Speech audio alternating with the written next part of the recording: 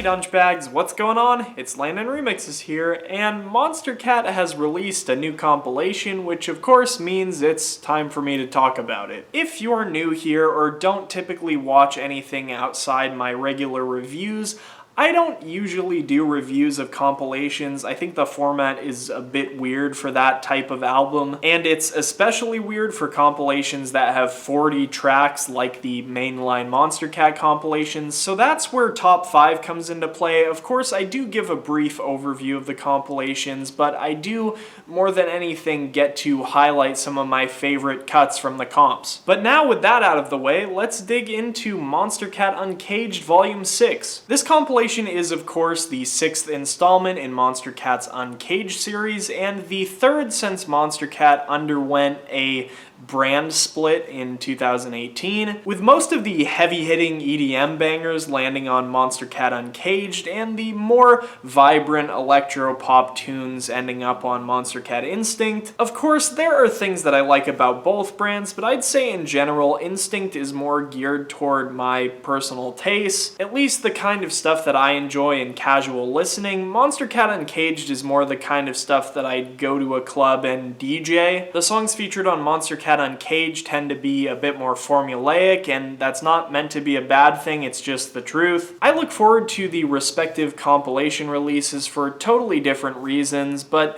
needless to say, I wasn't actually all that excited leading up to Monstercat Uncaged Volume 6. And not because I have some kind of deep hatred for every single song on this album, though I will get into some definite dislikes here in a moment. But I guess just waiting for these 40-track compilations can be like, it really feels like a drag to me, especially when you consider some of the songs that are on this compilation came out over 6 months ago. Like, that is absolutely insane, and it's hard to think that some of these tracks that are getting released, you know, last week and this week on Monstercat Uncaged aren't going to be featured on an album until August. I'm sure I'm not going to be the first person who said they prefer the 30-track and 3 times a week schedule better, but I'm also not going to sit here and gripe about it and say it's completely ruined Monstercat or anything like that, because honestly, they're a label that has still, for the most part, kept up a consistent quality, kept bringing in refreshing, innovative artists, great personalities, producers and DJs that people like myself can really connect to. Beyond that, I do think Uncaged Volume 6 was able to pull in some great tunes. I honestly had a really hard time picking out a top 5, but at the same time, I think there are more songs on this album that I absolutely despise than pretty much any other album that Monstercat has ever released. There are not 1 and not 2, but 3 songs by my favorite duo in EDM, Slander. 2 of them are absolute trash, 1 of them is kind of okay, and then I think debatably Tisoki's worst song that he's ever put out is also featured on this compilation. This compilation is also set up really weird from the get-go, considering you've got the electro-pop, dubstep-infused tune You Don't Even Know Me, followed directly by a 9.5-minute psytrance song. And I've voiced my opinions on Bliss on Mushrooms. I actually like that song a lot, but in the context of this compilation, I skip over it literally every time, because when I'm wanting to get through a bunch of songs on this compilation and just kind of, you know, as I've said, dig into the good stuff, it's hard to put myself through listening to that song, especially when I had to listen through it so many times leading up to my Head of NASA review. And speaking of that, within the time span of this album, we actually got a couple different LP releases, which I don't think has happened in a while. We got the, of course, Head of NASA and the Two Amish Boys by Infected Mushroom, and Galaxies Within Us by Kill Paris, which, if you ask me, the songs on that album belong more on Monstercat Instinct than they do here, but I guess that's neither here nor there. I'm just going to stress it again, this is a very weird compilation, and one that is a bit unsettling to me. I honestly just like skimming through my favorites on this one. This is probably the first in a long time that I've really felt like I had to do that rather than just listening through the whole thing in one sitting. Regardless, I still would not say this is a compilation that should be ignored, because there's as I've stated, a lot of really great music on it. I'm going to try to do my best to give a good reel of the tunes that I think stand out the most, but before I do that, I would like to take a moment to give a brief shout out to my number 6, the tune that just barely got shut out. Like, he got invited to the party, but there's just not enough couches for him to take a comfortable seat, so he's sitting on the floor, but still there nonetheless. And that is Breakout by Noise Storm, which is honestly one of my favorites that Ian has done in a while. When I first heard it, I can't really say I loved it all that much, especially because it just builds up to be something so big, and yet the drop takes a little bit more of a minimal approach. It's not like super filled out with crazy sounds and things like that, but the more I dig into the song, the more I appreciate those subtleties. As always, I love Noise Storm's snares, and I think his kind of approach to trap music is really interesting and unique. And of course, the song's got Foreign Beggars as a feature, and I absolutely love Foreign Beggars, so it was cool to see them collaborating with him and also doing work on Monstercat in general. Breakout is definitely there, but just not quite where my top 5 favorites on this compilation are. So without any more delay, I guess let's talk about them. As usual, these aren't going to be in a ranking from 5 to 1 or anything like that. In fact, I'm going to list them in the order that they appear on the compilation. I really don't enjoy ranking all that much, at least not in this context. I'd rather just tell you guys about some of my favorites. So first off, we've got Solid by Slumberjack and Troy Boy. I could definitely not contain my excitement when I found out Troy Boy was doing a tune on Monstercat. Not to say I've historically been the biggest fan of him, but I think he has a really unique approach to, hybrid trap. And I liked his debut album, Left Is Right, quite a bit, and seeing him working with Slumberjack, a duo that I had already seen kind of push boundaries on their previous Monstercat release, Daggers, was really exciting for me. I've already described in detail how much I love this song in my review of Sarawak, which is Slumberjack's absolutely phenomenal new EP that just dropped. If you haven't checked out that review, you should, but more than anything, you should check out that EP because it's amazing. Though I think this song in particular is the big standout. Solid has an insane groove. I love the bass line. It's so ridiculously catchy, and the tribal influences, of course, are great too. I just adore that drop that punches you with those big chords and then just kind of cuts it off to bring you back into the more experimental, glitchy grooves. Legitimately one of my favorite tunes to come out of either artist's discography, and that's saying quite a lot because I've enjoyed my fair share of Slumberjack and Troy Boy in the past. Next up, I've got to give it up to Bossfight for You Got Me, which in my opinion is the big standout from Bossfight's new EP, Next Wave. This song is absolutely nuts, and I want to reference a quote from myself so I don't butcher this. I described this as Bossfight meets Yellow Claw meets Gammer meets Virtual Self in the most epic battle of bangers the world has ever seen, and I pretty much stand by that. And the reason I described the song that way is because you can definitely hear the influences of all those artists in this song. I'd say Gammer is the big one, but you can hear some breaks and some synths that definitely sound like they could have been in a Virtual Self track.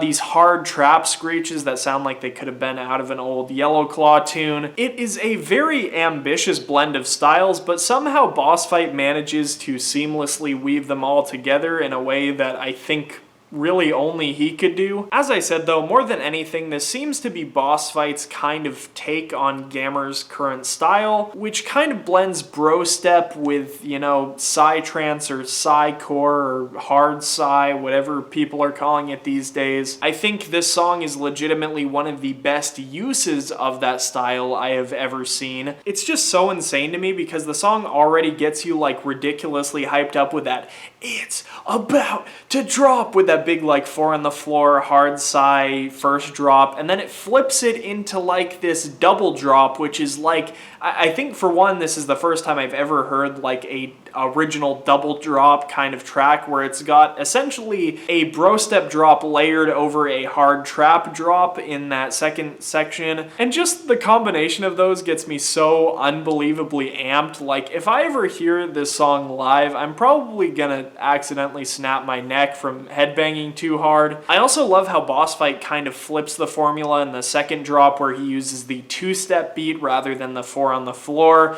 which is a nice pleasant surprise tries and then flips it back into that double drop style. It is just honestly another insane tune under the Bossfight moniker, and definitely one of my favorites that he's put together. Next up is Justin O with Loving Her, Loving You featuring Delaney Kai. Now this is going to be kind of a weird one to feature because I don't think I featured She's a Killer, and I like this song about as much, but that song also grew on me a lot over time, so it's like, probably if I could go back, I would include She's a Killer, and I did include it in my honorable mentions for 2018, so if that says anything. No matter what, I like this song a lot, and it's actually very similar to that song, but I kind of like it for different reasons. I don't think Loving Her, Loving You's drop is quite as strong as She's a Killer, and even though I originally didn't like She's a Killer's drop all that much because I thought it had a bit of an overuse of that arpeggiator, and this song uses it a little bit more sparingly, which is nice, but I also don't think the drop necessarily hits as hard in Loving Her, Loving You either, in a song that I kind of feel like it should, but regardless, I like the outcome of the song quite a bit. I think this is honestly one of Delaney Kai's best performances. She also sang on She's a Killer uncredited too, so that's actually kind of funny, but regardless of that, I've listened to a lot of her tunes. This is one of my favorite of her performances.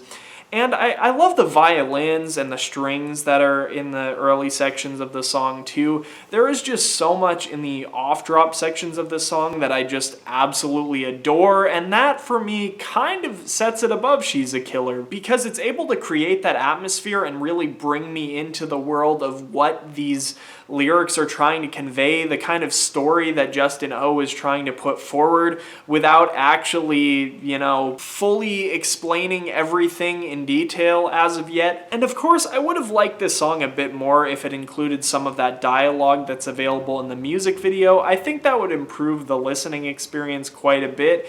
It definitely immerses me more when I'm going to watch that video on like the Monstercat YouTube channel, and the same goes for She's a Killer too. Hopefully whenever the album or whatever inevitable project that Justin O is putting together comes out, that those things will be a little bit more prevalent in the music. But for now, I'd say that Loving Her, Loving You has done the best job out of all the singles Justin O has put out of really bringing me into that world. And even if the drop can feel a little bit lackluster at first, I don't think that really takes away from the luster that the song has. It's definitely a standout from the album no matter what. Next up, I've got AU5 and Nitrix with Only in a Dream, and holy moly, there are so many things I could say about this song. In my opinion, not only is this song a major standout in AU5's discography, but it is legitimately one of the greatest melodic dubstep tunes I've heard in a long time. For me, Only in a Dream is like the golden standard of melodic dubstep right now. Like, if you're not striving to do what AU5 and Nitrix did on this song, why are you even making melodic dubstep? For me, the thing that made melodic dubstep and artists like Seven Lions so great to begin with was not the fact that they could just pack as many feels into the music as possible, but the fact that it was so cutting edge. Like, just Seven Lions' original blend, combining trance and bro step together, was a very ambitious thing to do. I feel like a lot of producers these days in this vein, including Seven Lions, are just so unwilling to experiment, and AU5, it seems to be the one person who's really trying to thrust the genre forward in a significant way right now. In that way, the first drop of Only in a Dream kind of seems to be a red herring because it's just the, basic chords and everything, but then you're that much more caught off guard in the second drop when it's just absolutely insane dubstep growls that my ears have never witnessed in my life. AU5's sound design on this song is just absolute ear candy the entire way through, and that's not even mentioning that the vocal performance and the vocal melody from Nitrix is just absolutely beautiful. One of the most convincingly emotional performances I've heard in melodic dubstep, like, ever. Yeah, it's just truly amazing in really every regard. Like, I don't really know in what aspect I could really nitpick this song. This is also one of the few songs in Monstercat history where it like absolutely blew me away my first time hearing it, and it just continues to do so with every passing listen. There's just so much to dig into beyond the surface. And as it is, the surface is already pretty impressive. But yeah, I definitely wouldn't suggest missing out on this one. I am really looking forward to AU5's album, especially if this song and the other two singles are going to be on it. Lastly, I have got to give a spot to Fireflower, Holly and Lucid. I'm not going to try to completely blow this song out of proportion because it is what it is, and it's honestly just a really enjoyable listen. I do like the way that Red Hawk described this song and the way that some people seem to perceive it, and I'm not going to repeat it here, but if you're subscribed to him, hopefully you'll just know what I'm talking about. I'll be honest, I like this song a lot just for the fact that it breaks the formula a little bit. It doesn't sound like any other song on this album, and really any other song that I've heard on Monstercat, period. Holly and Lucid are both very experimental projects, and they tend to be experimental in two very different ways. Holly with his quirky beats and off-kilter grooves, and Lucid with their very strange melodies and vocal chops. Both of these artists, in my opinion, have been experimental for the better and the worse, and I think they just happen to come together, mesh together in a really great way on Fireflower, and hopefully on the rest of their collaborative EP. Fireflower will sound dark, grimy and glitchy one second, but then be immediately contrasted by a bright, pretty little melody. I love how the song keeps things interesting by maintaining its own formula, but constantly switching up its groove and placing things where you might not necessarily expect. As I've said previously, it's just a great listen, and I feel like it can even be enjoyed in multiple contexts. Like,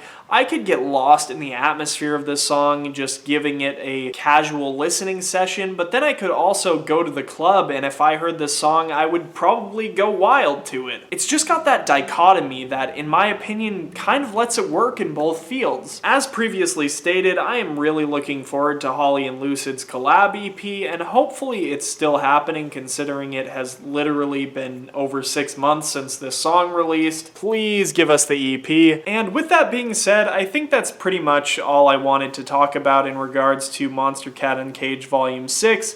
If you guys have listened to this compilation, make sure to let me know what you think down in the comment section below. And also, if you would like to attach to your comment, let me know what your top 5 are for the compilation. I would love to read through those. I'm always interested, and I read all the comments and I go through them. I try to respond to as many ones as it seems necessary for me to respond to, so never think you guys are being ignored by me, because I really do pay attention to those kind of things. But if you haven't listened to the compilation, of course, I have the Spotify link down in the description below, so you can check it out for yourselves, so you don't have to feel left out. But anyway, I'm Landon Remixes, I'm about to go to bed, and I'll see you guys later.